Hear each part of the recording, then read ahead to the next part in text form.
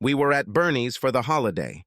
A wedding or a birthday or a birthing party or something like that. I wasn't quite sure what it was and I didn't care. I know for sure that this was not a celebration or mourning of someone's death, since Bernie does not throw parties for this purpose. Anything else is a reason to party, but not to die. I think he feels that having a body lying around dampens the fun. The main reason I was there was the free food and drinks. More food than drinks as I was driving, and had to watch my intake. Since we were poor at that time, it was impossible to refuse free food. Besides, I liked Bernie, and Olivia, his wife, was a great actress. Well, she was definitely something special. One thing is for sure about Olivia. She was a tease, and quite mean at times. She would pick a victim and make sure he followed her around, no matter what party she was at, drooling and hoping, even though everyone knew he didn't have a chance. At this particular party, it dawned on me very quickly that I was the nominated victim. I wasn't having any of it, and either avoided her or just casually flirted back. About halfway through the evening, things got a little more serious. The backyard party was in full swing when I had a sudden urge to use the facilities. I went inside, did what I needed to do, and left the toilet. I was already returning to my place when I heard a noise above me and turned around to look. A completely natural thing to do.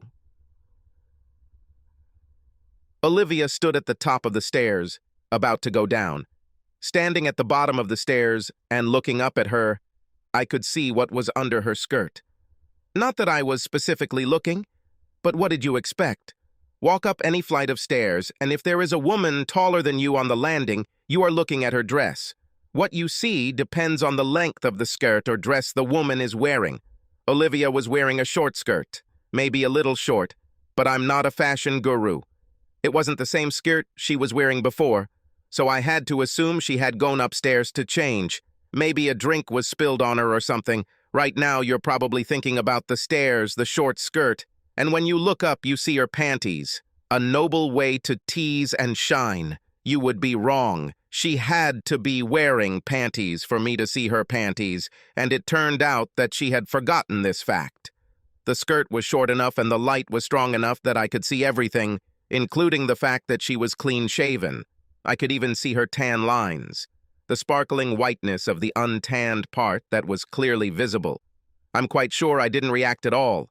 It's hard to react when you're suddenly paralyzed, and this paralysis gave me time to pull myself together, at least to a certain extent.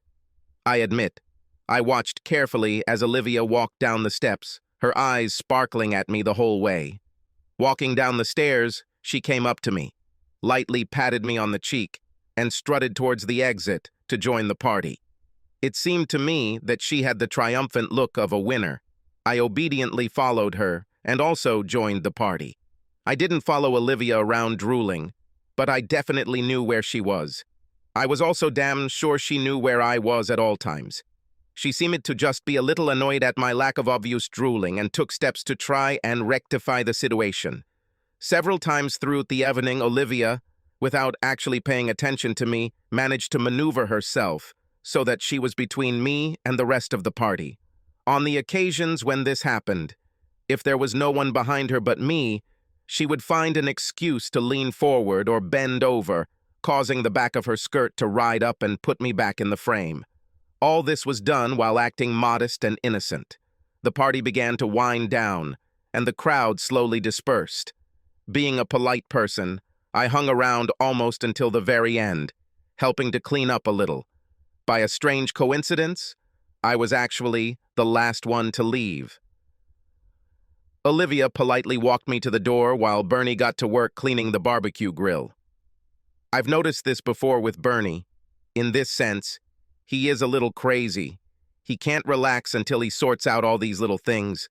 He'll probably stay there another half hour and then go to bed, satisfied that everything is done and there won't be any work waiting for him when he gets up the next morning. As Olivia walked me away with an innocent smile on her face, I pulled a little trick that surprised me. I never would have thought I would have the nerve. One hand slid to the side and turned off the outside light, With the other hand, I took Olivia's hand and forced her to come outside, too. The door closed behind us, but that was normal.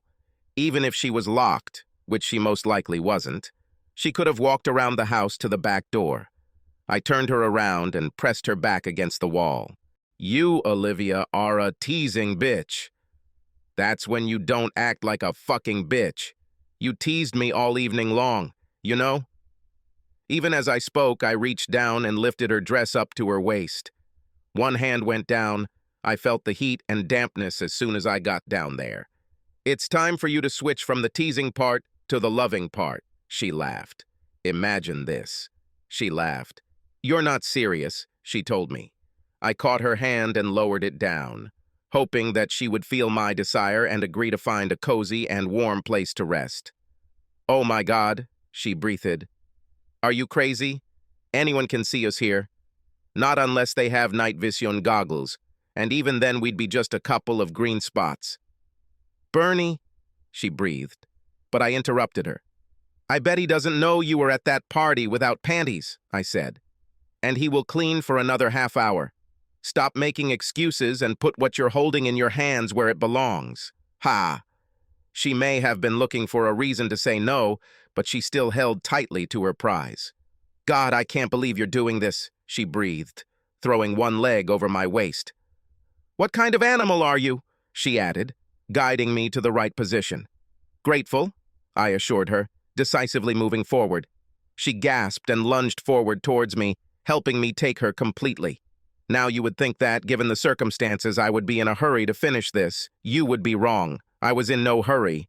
I did not make any hasty, feverish movements. I took her firmly and steadily, enjoying the feeling of owning her. I don't know about winning the slow and steady race, but I had a lot of fun the whole way. Oddly enough, Olivia seemed to think otherwise. Oh, she did at first, rushing towards me at the pace I set, but as the moments passed, she seemed to want more, urging me to pick up the pace. Relax, I told her. Just accept it for what it is, no need to rush. She wanted to say, but I majestically ignored her. I was quite sure that Bernie was busy with something and would not interrupt me for a while. I was willing to take the risk, so why shouldn't she? While I maintained my confident and steady pace, I also did other things. My hands cupped her breasts, giving me more toys to play with. Olivia was slowly losing her mind, wanting me to finish, but at the same time wanting me to keep it up. I could tell by the way she pressed herself against me that she was caught up in her feelings, even as her brain tried to throw out reminders of where she was. Do you scream when you reach the finish line? I asked with interest, at the same time starting to move faster. An expression of horror flashed across her face. This led me to believe that, yes, she did scream when she climaxed, but she wouldn't dare do it this time. I smiled happily and quickened my pace a little more. Her mouth was tightly closed and she was making a mimph sound. She was ready, and so was I, so I picked up the pace one last time, for real. She put her hand over her mouth, but I still heard a much louder as she reached the climax of pleasure, squeezing me and taking everything I could give her. I pulled away, and she leaned against the wall for a few moments, breathing heavily. Then she hurriedly tidied up her clothes, opened the door, and slipped inside. I was slightly offended. Neither thank you nor good night, an obvious violation of good manners on her part. However, I am a merciful person and could ignore such behavior. It must be nice, I thought, heading home, to have such a loving wife. Subscribe to our channel so that your second chaff doesn't cheat on you, and go ahead and listen to the next story, because this story is nothing compared to the next one. If you're under 18, don't even think about listening to the next one.